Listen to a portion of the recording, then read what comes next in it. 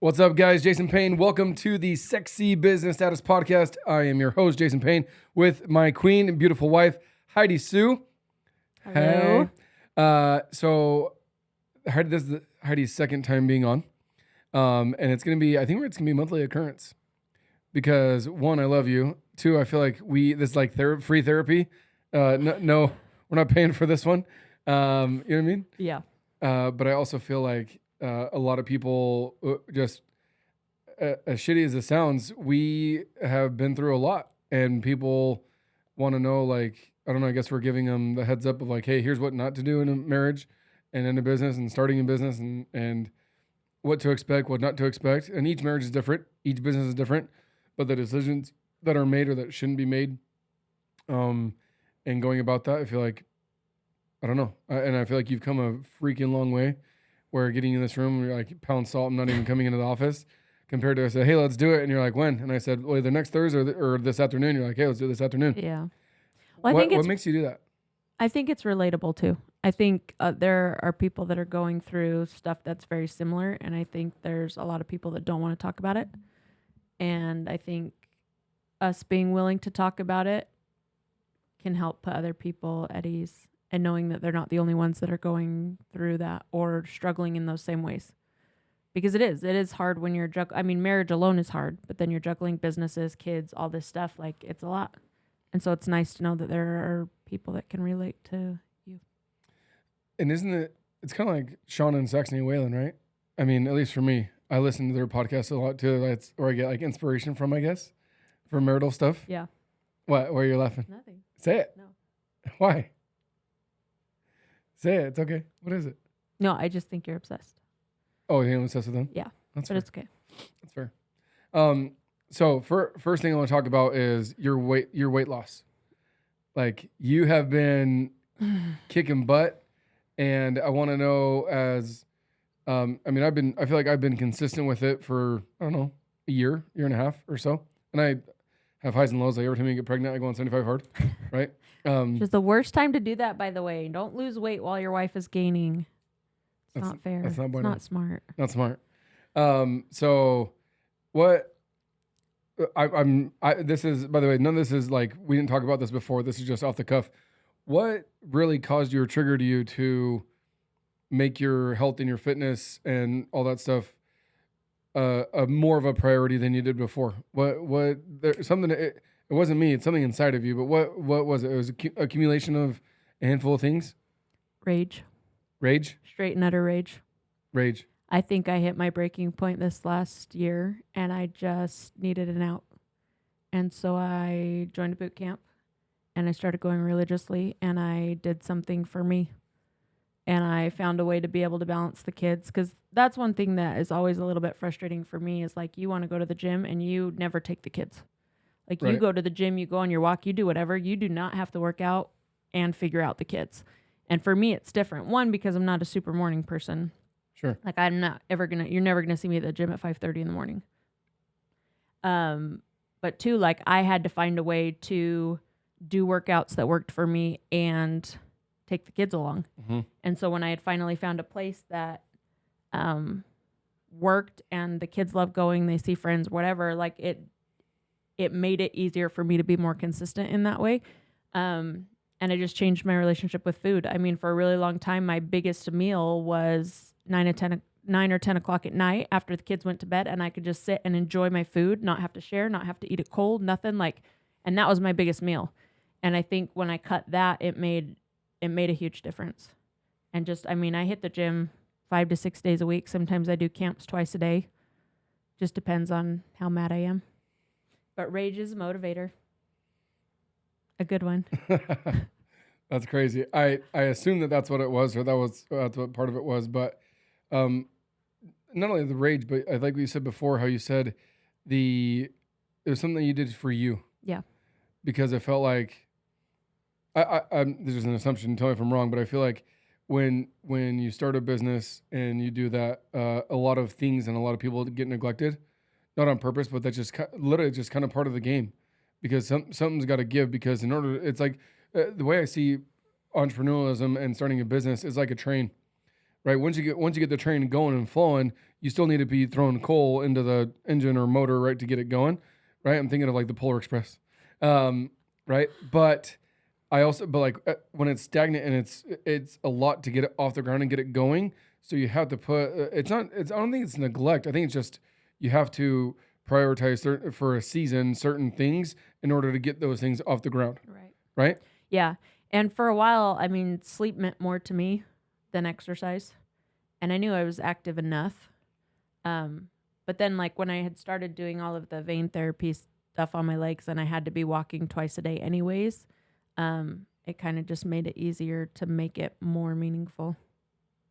Hmm. But Interesting.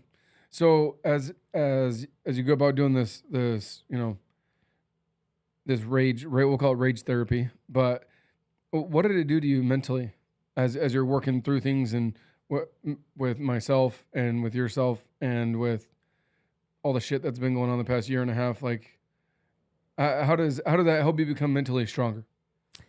Because you're thinking David Goggins. They talk about the mental callus. Like you got some bloody, like you got some callus that are pretty extreme. thank you for that, by the way. I don't know. I think it's for me. I set little goals for myself. Like I wanted to be able to do push-ups from my toes, and I haven't ever been able to do that. And within I don't know 4 or 5 months at the gym, I had made that my goal over time, and now I can. I can't do a lot, but I can. And I think just setting little goals that I knew that I could achieve. I think going to the gym is something that I can control. And in a lot of what's been going on with us, I haven't had a huge say or been able to control a lot of the variables. And not that I'm like a control freak, but in your life, I know everyone can relate. Like when you can't control certain things, you kind of start to spiral. And so I know like going to the gym was something I could control. I choose whether I show up. I choose whether I go. I choose what I put in there. I choose my goals, what I want to get out of it. Like that was something that could be in my control. And so I think just catching little wins like that, like, hey, I went to the gym today, and having somebody to hold me accountable. I had a friend that was going with me and we'd take selfies every day at the gym to hold me accountable. Like, hey, I went, I showed up, I did this. And I think once you start to get little wins, I mean, you guys talk about it at State 48, stacking the wins. Like when you start to get little ones, it gives you momentum and you start thinking more in a positive direction instead of, I mean, I've always been a pessimist. I've told you that from day one. Like I just see the world differently. And it's not that I don't think I'm super negative. Right. But I'm not sunshine and rainbows all the time. I'm not going to paint this picture that's unrealistic, And so I think when you can start to stack the positives and the wins, it helps you kind of focus more on that and not the what ifs or I don't know. So if I hear you clearly, and those that are listening, the three things that Heidi mentioned that I got out of it was control the controllables, which is like you can go to the gym, right? Because I mean, as a business owner, as a full-time job mom, right, with 4 kiddos running around and that crazy schedule and whatnot, you still can go to the gym. You can control that.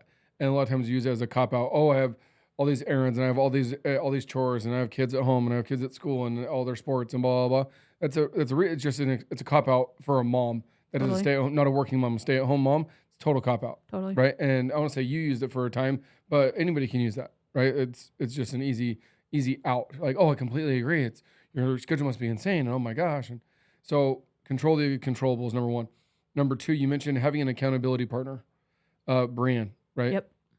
And that's huge because in business, we call it a mentor, call it a coach, call it a coaching program, call it a mastermind. That's why I go to those because I have people that are doing more than me that will hold me accountable, right? And you see it all the time. I text and send a video to about 25 guys every single morning, and I've been doing that since the mastermind, and now it's just like part of my routine. I'll record one video and I'll actually put it on social media later, but they're getting it at 5:15, 5:30, 6 o'clock in the morning when I go do my workout. And I missed one a couple days ago in the morning because I was sick. And I had one guy say, hey, my day got thrown off because I didn't get my video from you. Right. And I had other people say, hey, are you okay? Or, hey, where's your video? Or, hey, checking in. But having that accountability partner, sometimes it's your spouse, right? And a lot of times it's not. And that's why, like, for me, for counseling, it's just a different set of eyes, right? But when you have an accountability partner to bring you to the gym, you're like, oh crap, like it's you in the gym, but now it's you in the gym and somebody else making sure that you go to the gym. Right. So having that accountability partner was the second thing. The third thing that I got from you was, like I said, stacking the wins. Because when you go when you go back to the gym or you start making X factor or whatever it is a priority in your life, right? Whether it's doing date night again or making your spouse a priority or your kids a priority or getting rid of that vice or stop making that stupid decision or choice or mistake over and over and over again. Talk about stacking the wins, going back to the gym, stacking those little wins. Like I know you didn't mention it, but your vertical jump, right? Yeah. The box jumps. You wanted to do 32 is my PR, but the right. gym I went to before had different box jumps. I don't know if I can hit that with what we have, but Right. Yeah. But you know what I mean? But like that's so like doing a box jump at a certain height was one for you. Yeah. I remember you mentioned your push-ups, doing push-ups on your toes. And to some I'd be like, oh, that's a piece of cake. Others, they're like, bro, and especially in the females, right? Yeah. That's, well, I that's feel a like huge since thing. having kids, my center of gravity's just always been off. And so it's, Sure. I have I no don't idea what know. you're talking about, but I don't believe you. know. And I feel like I'm strong. Like I pick babies up all day and that. But then like when you go to use certain muscles, I'm like, oh, these aren't really strong. Yeah. Like pull-ups too. That's another one that's been on my bucket list of like doing them unassisted. So I want you to talk about self-confidence too, because your self-confidence, I feel like this is apart from me, guys. I'm almost interviewing Heidi at this point for the struggles and the obstacles she's overcome in the past year and a half of bullshit that I've put her through and just being real, right? That's why we have this, is because I want it sucks and it's very vulnerable, but I feel like it's also it helps both of us kind of I don't say cure. What's the word I'm looking for? Heal. Thank you. So the self-confidence part, because you are now taking pictures of you and I working out and looking buff where you weren't before. And Heidi is a very, very modest dresser. Very modest, like almost inappropriately modest. Whatever. I don't wear Right? turtlenecks. Get Yeah, real. but like but just normal t-shirts, right? She's not wearing like a freaking thong spandex sports bra that's it should be a medium. It's a triple extra small type crap that most women wear, right? I mean, stereotypically it's ridiculous. So you didn't do that, but you started wearing tank tops again. Yeah. And that's more of just different parts of your body getting more Yeah. tone and whatnot, right? And so that's a Well, self-confidence and thing. seeing it in my arms But as then I've worked hard. Right. So seeing it in your arms, and so it gives you more confidence Yeah. to wear, not sluttier clothes, but wear like just a normal tank top or Yeah. maybe a smaller size of shirt. I remember at times I would buy you mediums, and you're like, I'm not going to wear it. And I would Right. sit there and catch dirt or dust in our closet. And I'm like, what the freak, man? I freaking bought you nice clothes, whether it's workout or other stuff. And you're like, dude, like, I don't, it's too tight. I'm not going to wear it. And now now all the larges and whatnot are getting put away, and the mediums and even the smalls are coming out. And that confidence level, I still remember. I'm actually gonna have it framed and put it in my office because it's freaking sexy. But literally, you doing a pull up in a Lions Not Sheep red tank top, right? Yeah. You know exactly what I'm talking about. Yeah, in the garage. That one, and then the other one where you and I were doing this, and Nixon does it too. Yeah. Right, flexing the arms. That was another one, and then the video of doing push-ups with you and Oakley doing push-ups on the carpet. Yeah. And so those are things like that self-confidence I haven't seen in you in a long time. And obviously I'm a huge factor in that, in the decisions I made, the choices I made, the people that I let influence my life. But what is like going from the self-confidence from literally 6 months, 12 months, 18 months ago to now, what does that look like for you? Does that make sense? I think so. Okay. I think I just lost myself a little bit. I lost myself in trying to be who I felt like you were expecting. And not to be offensive, but like once I realized that what was happening last year was not totally about me, I remember telling you, I remember the conversation of saying, this is a you problem. This is not a me problem. Sure. And you need to go get help. And I think for a while I was taking it on personally, and I was trying to internalize, what did I do? How did I make the, and trying to figure out where I made the mistake. And I reached a breaking point where I'm like, this is not about me. Like, I did not do a 180 last year. You did. And I think that looking back now, you can see what I saw in your attitudes, your behaviors, Totally. the way you treated me, the way you treated the kids. Like, there was a different version of you that was really hard for everybody. And I think once I was finally able to kind of put my foot down and say, like, this is not about me, and I kind of doubled down on, I've got to be who the kids need. And when you figure it out for you, like, I remember you saying come find when you're us. ready to pull your head out of your ass. Yeah. Right. Yeah.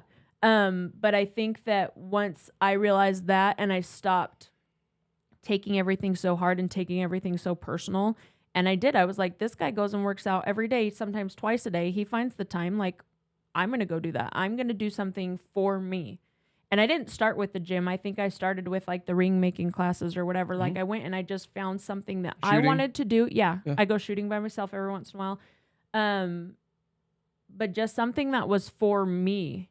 And as I got going, as I got more comfortable at the gym, it's always hard to start at the gym. Like, I hate going to like EOS because I feel lost. I don't know how to use all the equipment. There's tons of people. It's overwhelming. It's overstimulating. So when you I got to find your niche, right? Right. Like for me, I love EOS. It's my jam. I mean, Yeah. once we get our new building bought and built out, there'll be a gym there where we can go work out there. Yeah. Sort of like Andy Elliott's set up there. But like for me, EOS isn't a problem. But you found a love with Burn, right? Yeah. Yeah. So I go to Burn Boot Camp, and it's been awesome because all the people there are excited for you. They want to see you win. It's like 45-minute workouts. They tell you what to do, which is what I need, because otherwise I just I'll do a Gets couple you exercises ripped, by the here. way. I'll walk around. I'll do a couple exercises here. Like, EOS is great in the summer if you have nothing else to do and you want to go walk on a treadmill. Like, and they have classes, and I've done some of them, but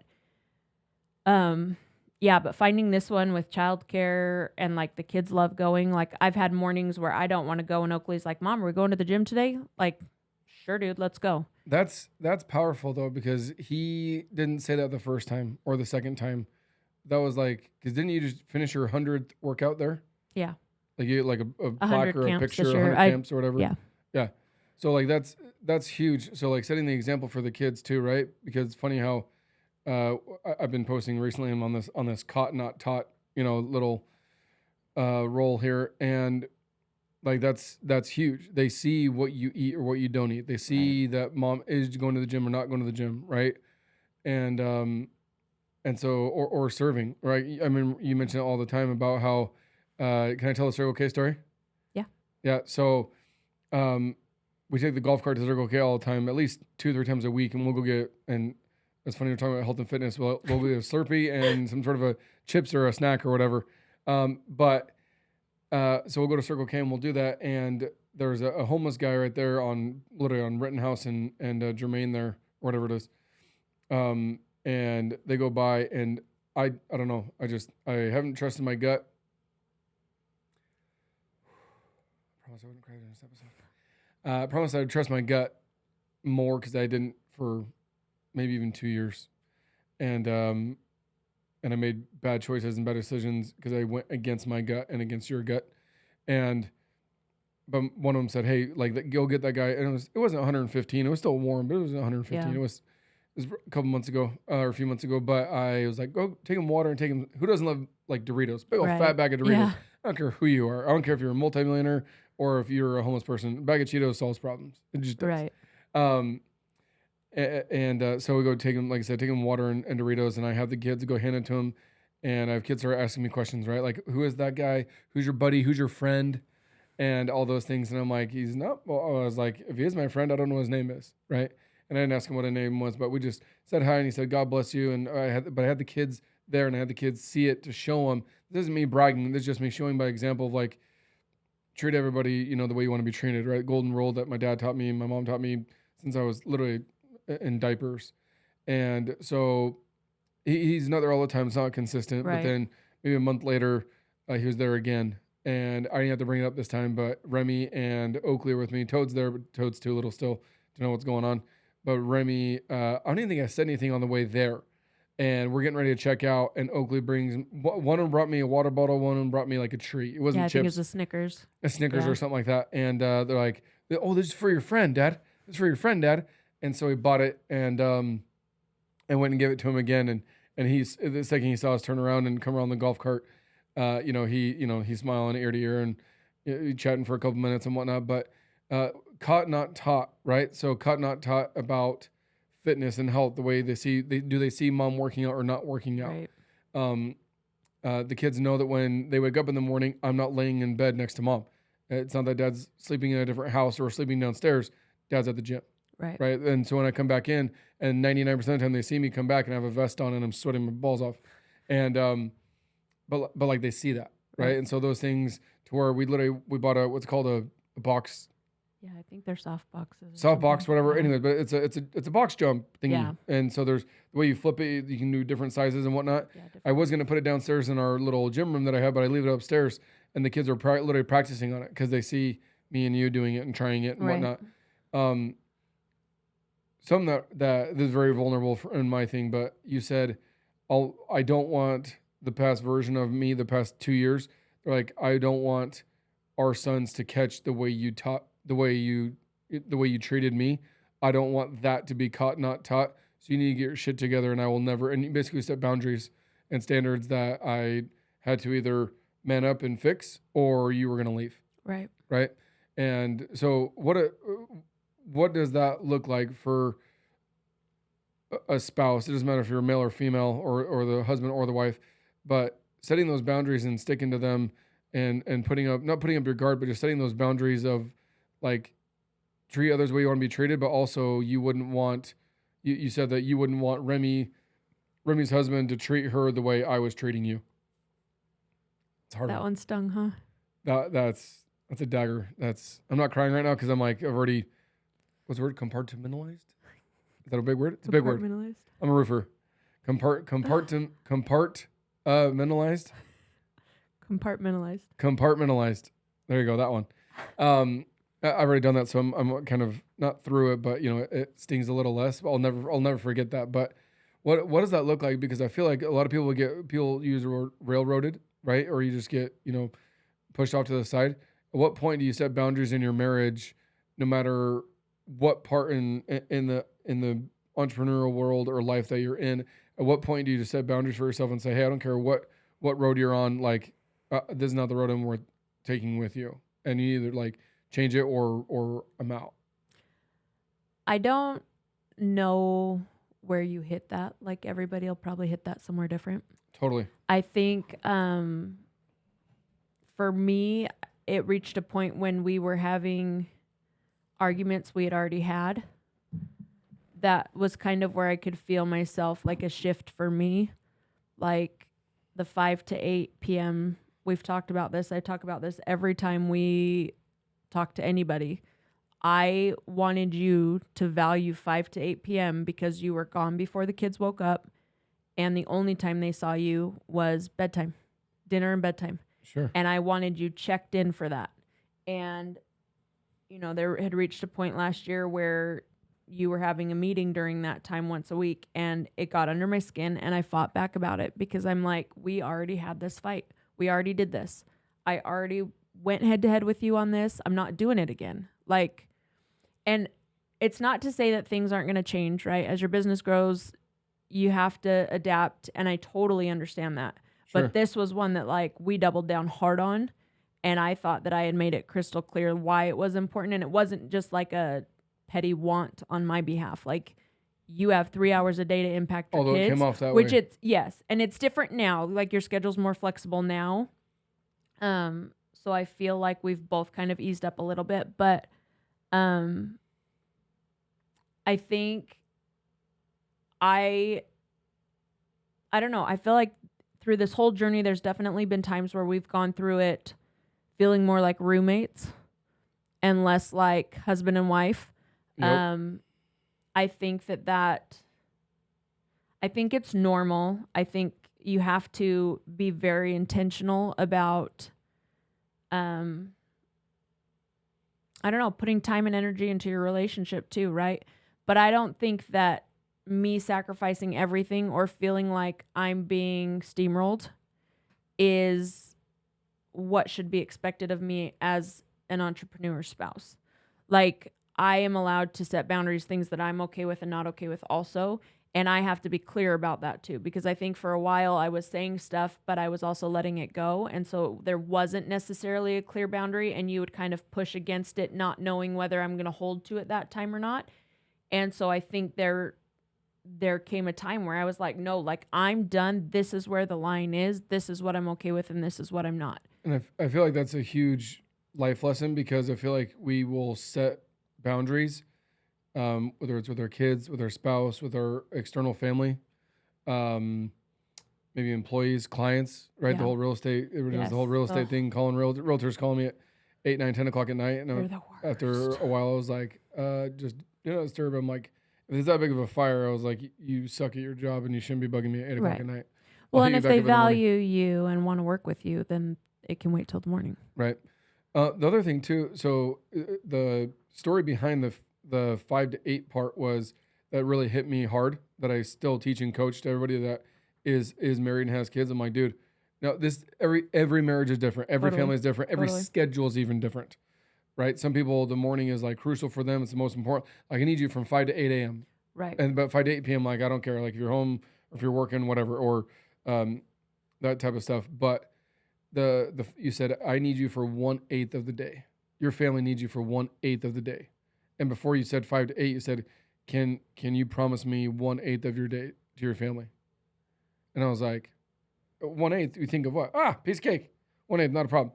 But it's like 5 to 8 p.m. They're like, but that 1/8 is like, oh my gosh, I don't know if I can do it. And the part that she's referring to, that like where you set boundaries and like you gotta hold strong to them for either side, is a matter of, we said it, and then I went into business with people that basically try to steamroll that and bypass it and justify it. And that's where the frustration was. Like, we were already on that, and I already agreed to that. Right. And then, so that's two things. One is like, I try to go back and be like, oh, well, I'm taking that back, and that's not a thing. It's not okay, and you need to get over it. By the way, Right. don't ever say get over it to your wife. Never ends. And you can. It just never ends well, and the roommate card gets pulled out real fast. Yeah. The other part too is that 5 to 8, or that family time, whatever that is for you. Some people might be spurts here and there. But you even said before, I'm like, hey, as an entrepreneur, you got to put in, you can't just work 8 hours a day and expect to grow a business. You just Right. can't. It's just, I don't know anybody that's done it. And if you do, it'll take you forever to get where you want to go. Right. And so to live the lifestyle and the life that you want and the income that you want, like, you got to go hard in the paint for a season, and then it just doesn't get better. Because you can implement systems and processes and people. But like that 5 to 8, also the gray area too that you didn't mention, but also was a thing that I sucked at, was the 5 to 8. I'd be physically home from 5 to 8, but I wouldn't be mentally there from 5 Yeah. to 8. And Still answering calls, responding to text messages. yeah, I'm on my phone just Yeah. nonstop for that 5 to 8. I'd still be on my phone. I'd even be downstairs playing with the kids, and I'd be on my phone texting somebody back, responding to an email, doing something on social media, bam, bam, bam, bam, bam.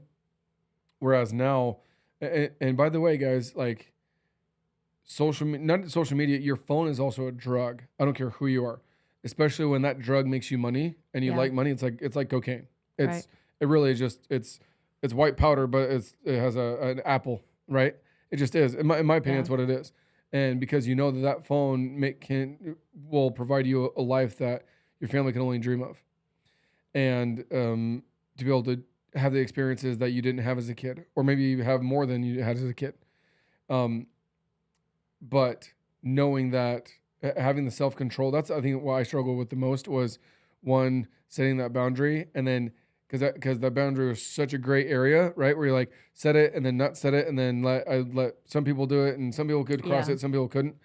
And then once I put that in there, from there, now I had to set my own boundaries, because I fixed setting the boundaries from everybody else. Hey, you can't reach me, or hey, it's family time. Like there's that 3-hour window where Right. peace out. But when it comes to that, I had to set the boundary of myself and that self-control of like, hey, go put it on the charger, do not disturb, literally take my watch off. You see me, right? take my Yeah. watch off, and like just be dad, Well, and I think it took the kids a few times, dude. like coming over and putting their hand over your phone and being like, Dad, Dad. I still remember Oakley sitting on the couch where we have the little, it goes out further, and I'm sitting there hunched over like this. I'm on my phone, and you know, I get very, was it not distracted, but I get laser focused on One certain track things. minded. One track minded, thank you. On a lot of things, and so when I'm on my phone, like no matter literally the house could be on fire, and I'm like, okay, cool. Well, when I'm done with this, then I'll go get the hose Yeah. and the fire extinguisher. And so I'm on that, and you know, but you hear dad, dad, dad, dad, dad 100 times or whatever, and I think he was trying to show me like a picture of a butterfly or a book or Right. just something, right? Trying to get my attention, he couldn't, and so he literally put his hand in front of my phone, and at that point, it broke my one track mind or whatever, and I'm like, "What's up, buddy?" And I wasn't even mad most of the time. I was just like, "What's up, dude?" Yeah. And like you're furious, or maybe he's mad at that point, like, "Hello," like, you know, what he's trying to do is like, "Hey, dad, pay attention to me," like Right. whatever's on your phone is not more important than me, Right. but he feels that way. And so it's like, I need to show dad that I'm more important than his phone. Right. It's a hard pill to swallow. And knowing those priorities, and I literally just did it yesterday at the golf course with CP3, did a video of, you know, God and yourself. Like you have to put yourself first. You just do, right? Because as David Goggins and all those teach, when you wake up, you're the only person in the mirror. And I was talking about how one of our sales reps is single, and even Coach Nikki T, right? Nikki T, my partner, he's single, so he can't be like, well, it's my wife is the most important thing. You're not married. Well, my kid's the most important thing. You know, the kids. They're like my dog. It's like your dog's the most important thing. It's like it's kind of weird, but some people don't have those variables to use that as a cop out or whatever. So like you got to make yourself your first priority. You and your relationship with God and yourself is first, because if you're not performing a high level there, you cannot give all of yourself to those things down and in order, and never to be justified ever again or compromised. He's learning. I'm learning. I'm doing good though. I'm doing better. Is yourself, then your spouse, then your kids, then family, business, hobbies, anything else, everything else below it doesn't matter. From 4 to 100, it's almost blurred at that point. But making those things a priority, where you got to make yourself a priority, right? And I feel like even you for a season, you didn't make yourself a priority. Yeah. And maybe you didn't even make. I was a priority, but not the number one priority. But the kids were. Right. Right. So it's like yours for a time as a mom. I feel like this is a stereotype, right? Where mom's like, it's kids first, and then maybe the husband, maybe not, and then something else, and then maybe the husband, and then themselves is like 7, 8, 9, 10 down the line. Yeah. And that's why they lose themselves. That's why they put on weight, and that's why they go through. That's what postpartum, I feel like, is a huge reason for that, right? And I feel like there is a lot of, for me, my struggle with that is that there's a lot of things kids can't do for themselves. You can do things for yourself. Right. So you don't need my help in the way that all of my kids need my help. Sure. And so it is when you're giving to everybody else. I mean, you're giving to 4 littles, and then eventually to you, like by the end of the day, I don't feel like there's anything left to give to myself. And when I restructured my day to like, I'm going to hit the gym before 10 o'clock, like I'm going to put in that time for me, then I have more to give to my kids, to you, to whatever. Like, and I think that it's hard to rewire your brain sometimes in that way, because for me as a mom, like I grew up with a mom that gave 100%. I mean, she didn't do stuff for herself. She didn't. And she's always told us we were her number one best investment, her top priority, best investment. And it's amazing. And I feel like mom guilt, again, I've talked about mom guilt. I talk about mom guilt all the time. I think it's ridiculous. Everybody has an opinion about what you're doing wrong. Everybody has an opinion about anything. And so I think that it's finding your groove, finding your passion, finding what works for you and your kids. Because like I was sent to raise my kids because I'm who they needed. And when you can feel that and solidify that in yourself, then it doesn't matter what other people think. You can think I'm a crappy mom. I'm exactly who my kids need, and I know that to my core.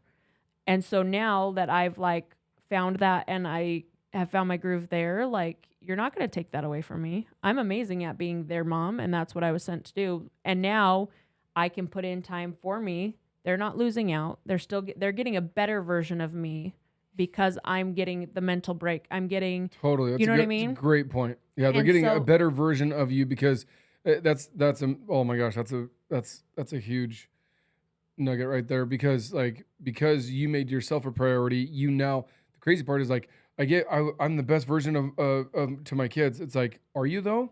You think you are. right. Just like Gary Brecka talks about, right? Once you get all your blood work stuff and you get all these things figured out, like I feel so good. I feel like a superhuman. He's like, no, you feel that's what normal should feel like. Right. You just had, but that's a great part is you mentioned it right there. It's like you really thought you were giving your all to your kids, but you weren't because you weren't giving your all to yourself first. So then you flip it, and like I said, that's a huge mental mind freaking bomb.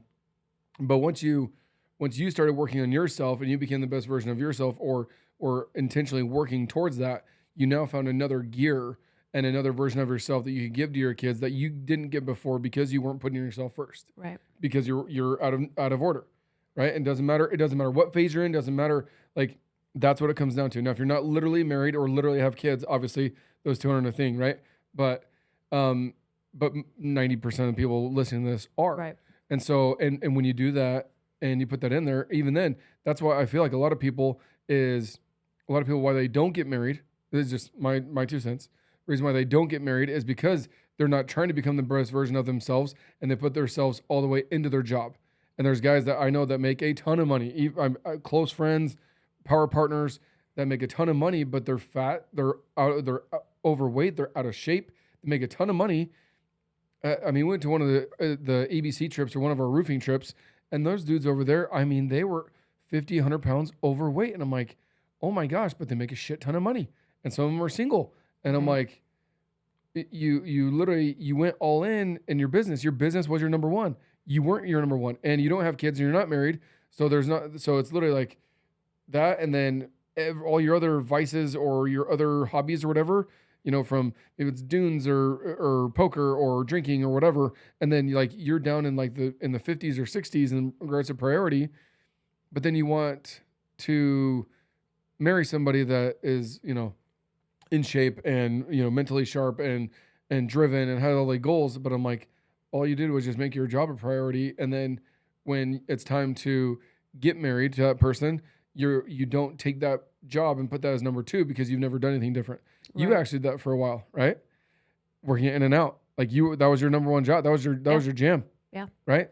And it took years for you to realize that hey, your job is not your number one priority anymore. You are now married and you now have kids. And so, right? Yeah. Not to that extreme by any means. But no, I think what you mean is it took me a couple of years to find my passion for motherhood.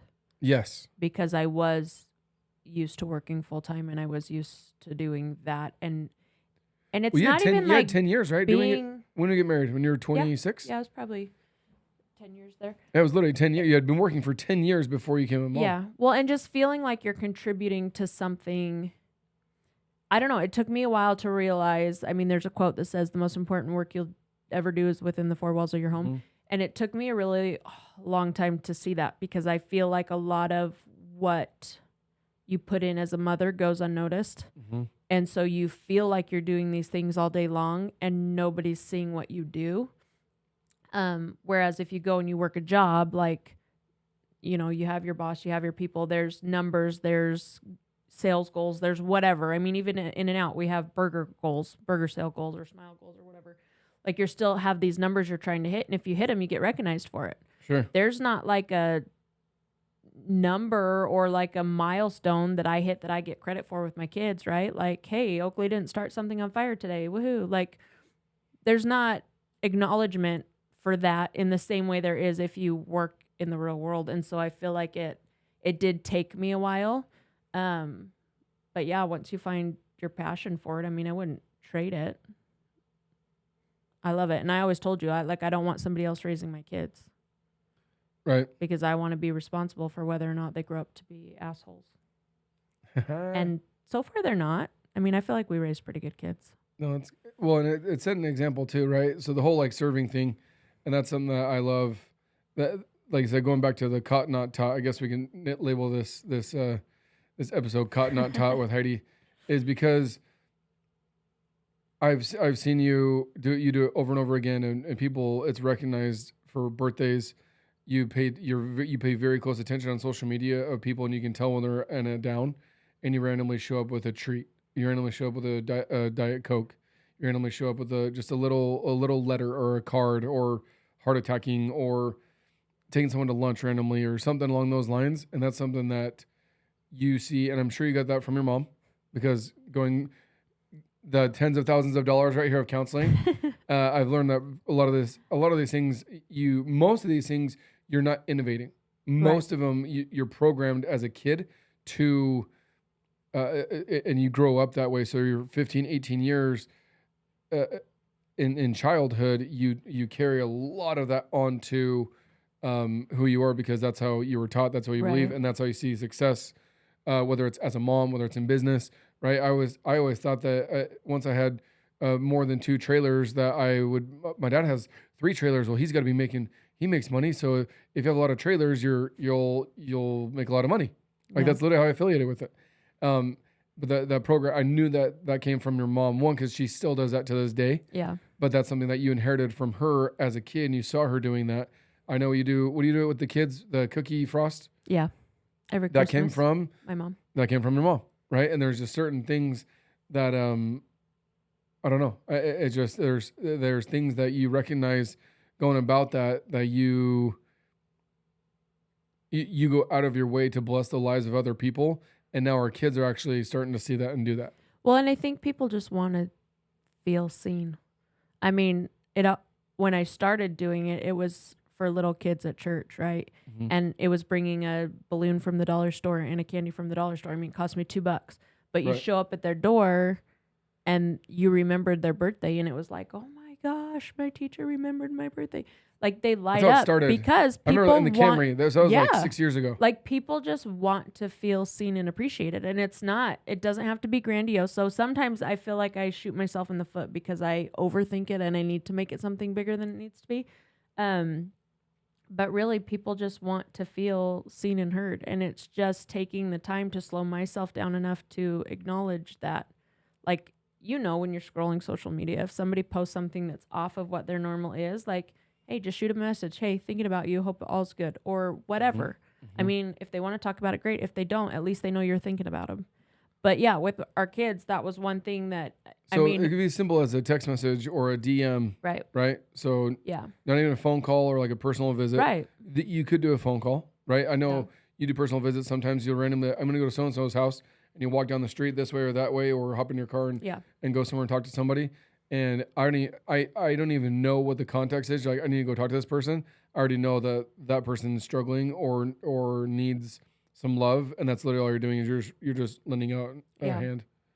Well, and it's been really cool because I have 2 very profound experiences that I still remember, that I had the feeling to go and do something and I didn't because I was too busy or something came up or whatever, and had heard later on about how rough that person was having it. I think one of them specifically was like 4 or 5 years ago, and we had a friend that was going through a divorce, and I had it in my brain I needed to go take her flowers. And I got caught up doing other stuff, and we ended up at an activity a few days later, and I found out that day that I had that gut feeling to go and do it was the day she signed her divorce papers.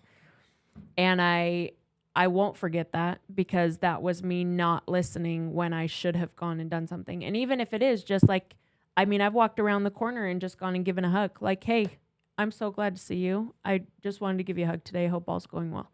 And even if they don't say anything, like, I'm here, but I think fighting against taking the kids, I mean, there's times where I'm like, gosh, I don't want to take them all because it's pain, right? They're screaming, they fight over who gets to carry the balloon, but at the end of the day, showing them is going to teach them 100 times more than me saying, hey, we should go and do something for this person. Like, no, this is what we're going to do. And so now they think of it like, or having me stay home with them and you go do it by yourself. Yeah. And so now, I mean, and it gets a little exhausting in the school year because they're like, oh, it's this kid's birthday today, this kid's birthday today. And I'm like, oh my gosh, okay. So I just started buying mini piñatas, and we just shove candy and like $5-10 in a mini piñata and send them to everybody now. But just because I want my kids to think beyond themselves.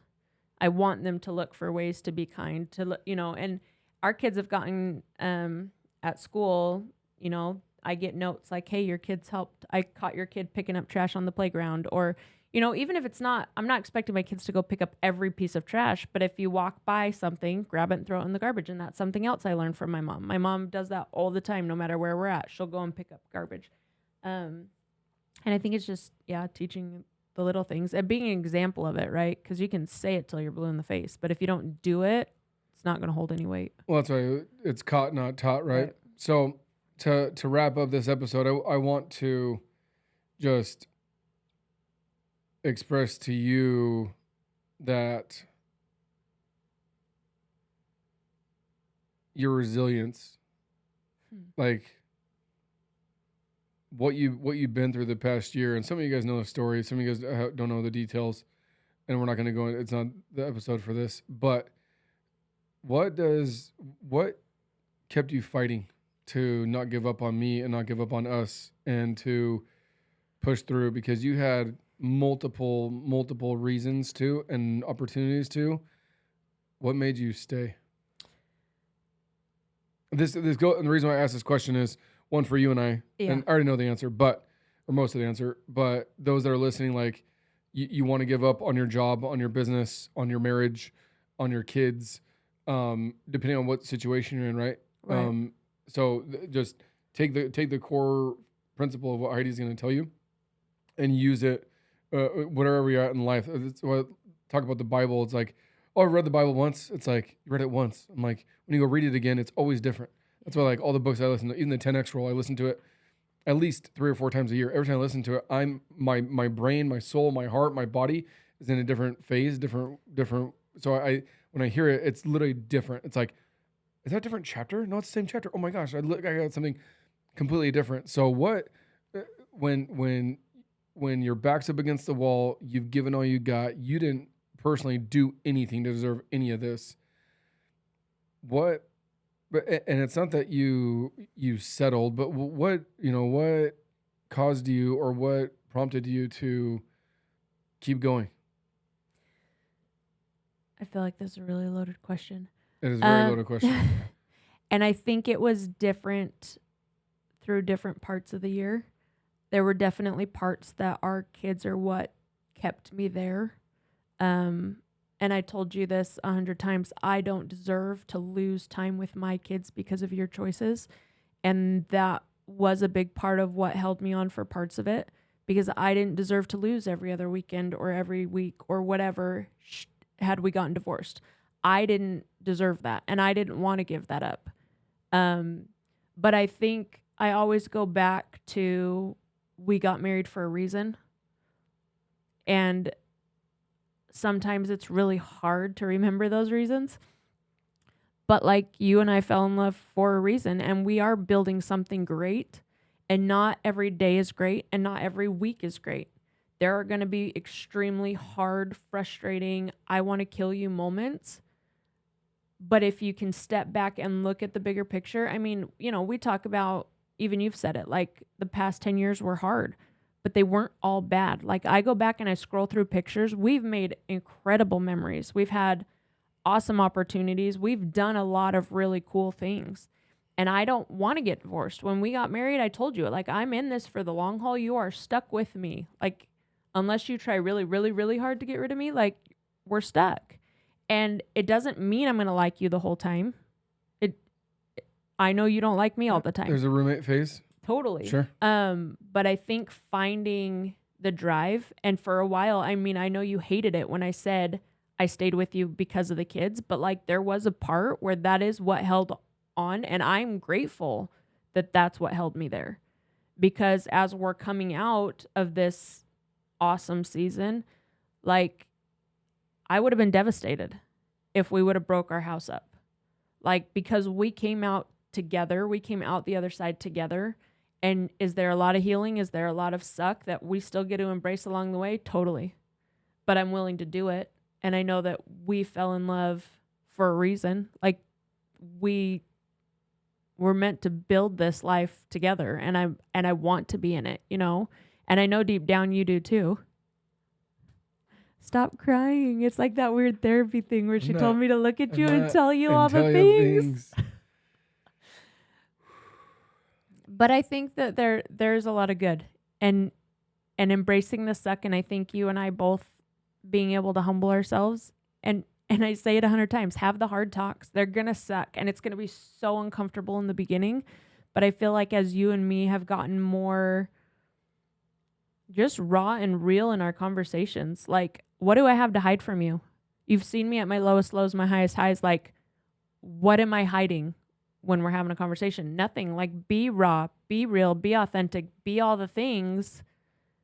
Because how do we move forward if either one of us is hiding stuff or being fake? Like, and that's where I made a huge mistake is not with state 48. I feel like I was transparent for 90% of it.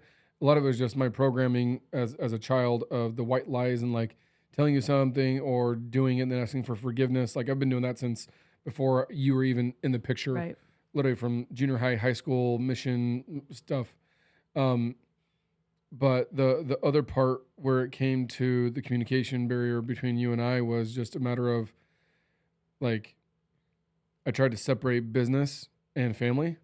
And when you're a business owner, you can't do that. Maybe if you work at University of Phoenix Stadium, University of Phoenix, or you work at like a bank, I don't know. Maybe you can separate that life. I don't know. But especially as a small business owner, like you can't and you shouldn't. Right. And the reason why is because they both bleed. They naturally just bleed into each other. No matter how hard I tried to keep them. I tried to put the Great Wall of China in between them. And what happened was I had one person doing this and one person doing this, and I was in the middle. Mm-hmm. So no matter what day, literally, this is a great analogy. My analogies are the best. Literally, like one day, like, okay, I picked this side, boom. Or so I picked this side, and this side wouldn't punch, but then I get, hit on the right cheek. And then the next day or whatever. And so several days, it'd be this over and over. But either way, I was the one in the middle. Yeah. And I'm like, dude, if we can cohabitate together. But to be fair, you put yourself there. I 100% put myself there, and I let my guard down. I didn't trust my gut, and I had an opportunity to trust my gut, and I didn't. And I hurt a lot of people, including you. And like I said, I'm very grateful for the atonement. I'm grateful for grace and mercy from significant others in my life, and not spouse ways, but like significant people in my life, right? That had an opportunity to turn their back on me and they didn't. And I feel like they knew who I was before I went south. I guess if that's how you want to phrase it. So they're like, no, we know what you're capable of. We just want you to come back. Right. And I've even had people say, I even had one just literally today. He said, hey, the speech that you gave at the sales event, he's like, I've never seen you. He's like, I've seen you speak a dozen times. I've been to all your stuff. He's in our coaching program. He's like, I've never seen, he's like, I don't know what you ate. He's like, I know what bowl of Wheaties you had that day. And I said, you know what it was? It was the real me. It was the raw, real version of me. It was the unfiltered, the not having to put a show on and cover up lie after lie. You know what's funny? People are like, oh, you cover up a lie with a lie. If you truly start to lie, like if you've ever been down that rabbit hole, but like down the hole, you literally, that's all you're doing. Is you're literally covering up a lie with a lie to another lie to another lie to another lie. And you are just when you tell yourself something enough times, it becomes a truth. Yeah. Or you think it becomes a truth. Yeah. Because you literally just mentally sabotage yourself. And it's exhausting. And manipulate your mindset. And it is exhausting. Instead of just being like, dude, here it is. Here's who I am. Here's how I roll. And what we've been able to do the past 90 days is just been able to get back to that. And I feel like we had that for the majority of our marriage. And there was little, spots here and there. But like I told myself, I was like, one, I'm never gonna let myself go back there. Two, you're like, I will never let us go back there. But just like the peace, and Dory even said it the other day. She's like, how does it feel to, what'd you say? How does it feel to have a clear conscience? And I'm like, it feels amazing. Because for 2 years, 3 years, I mean, I didn't have one. And so there's always just that one thing just sitting there, Yeah. And so that's been a huge thing for me. So, anything else you'd like to leave with the listeners before we wrap up? You got to have something. What were you going to say? I don't. I was going to ask you a follow-up question, but now I don't remember what it was. A follow-up question? Yeah. What pushed you through the last year? Oh, you're flipping it back on me? Yeah. Oh, sheesh. Um, What caused you to pull your head out of your rear end? what caused me? So we're watching this show called Everwood, and there's an episode where she's like, "Oh, see my son? Yeah, see what that is? Oh, that's a stick that was up his ass." And he became a super nice guy. And then, anyways, and then it went back up and whatnot. But that's kind of the. I literally think I'm like, that was totally me. What caused me to like come back to who I truly am? Yeah.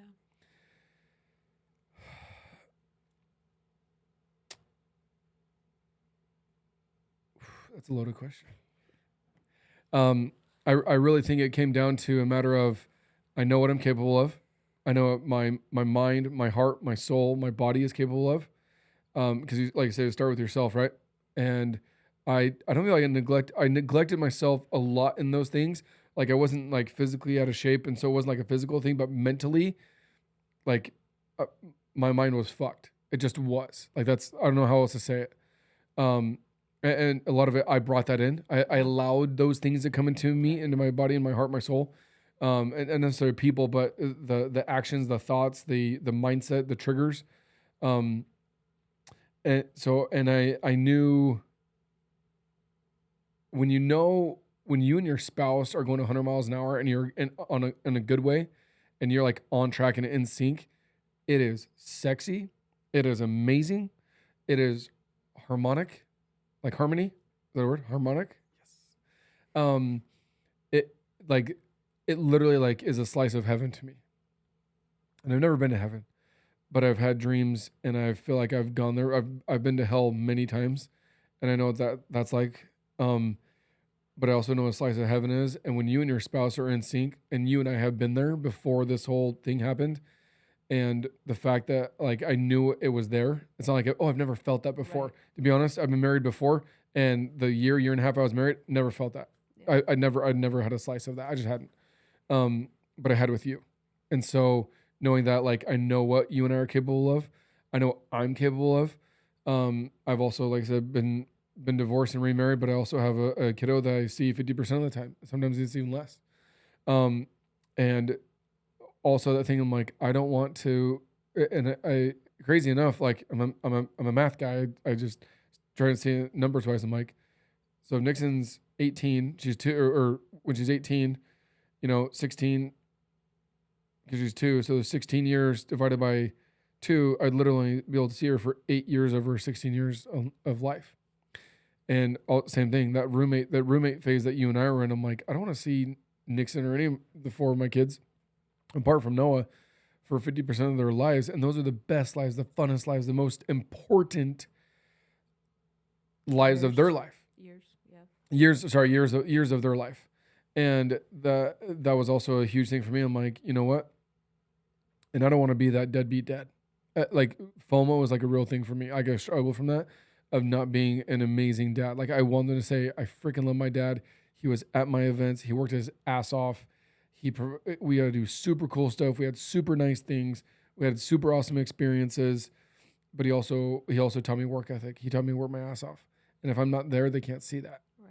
And so the kids thing, another thing too, is just being a hypocrite, like that imposter syndrome, right? And you've actually called me out on that several times, even recently. Like you hop on a stage and you say this, but then you're this. Another thing too is like there's nothing. I guess this to answer your question, bring it all back 5 minutes later. The biggest thing out of all this was there is nothing in my opinion. There is nothing worse, a worse feeling in life than being on social media, being on stages, being on podcasts with people that are worth 7, 8, 9 figures. And you go home and your wife doesn't even want to look at you. And you go home and your kids are waiting for you to yell at them. Or they're waiting for you to get short with them or tell them, not that they suck, right? But just that like, oh man, dad's here, we're in trouble. Like walking in the room, we're in trouble because dad's here.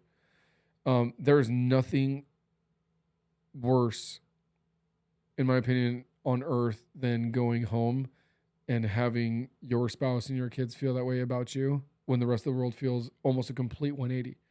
Whereas you don't want to come home through that door because outside of that door, you look like $1 million. You feel like $1 million. You're told you're $1 million. And then you come home and it's like you're a lying fucking asshole. Different story, but she did call me that one time. 100% deserved and earned. But you know what I mean? Yeah. But like that's there's nothing, in my opinion.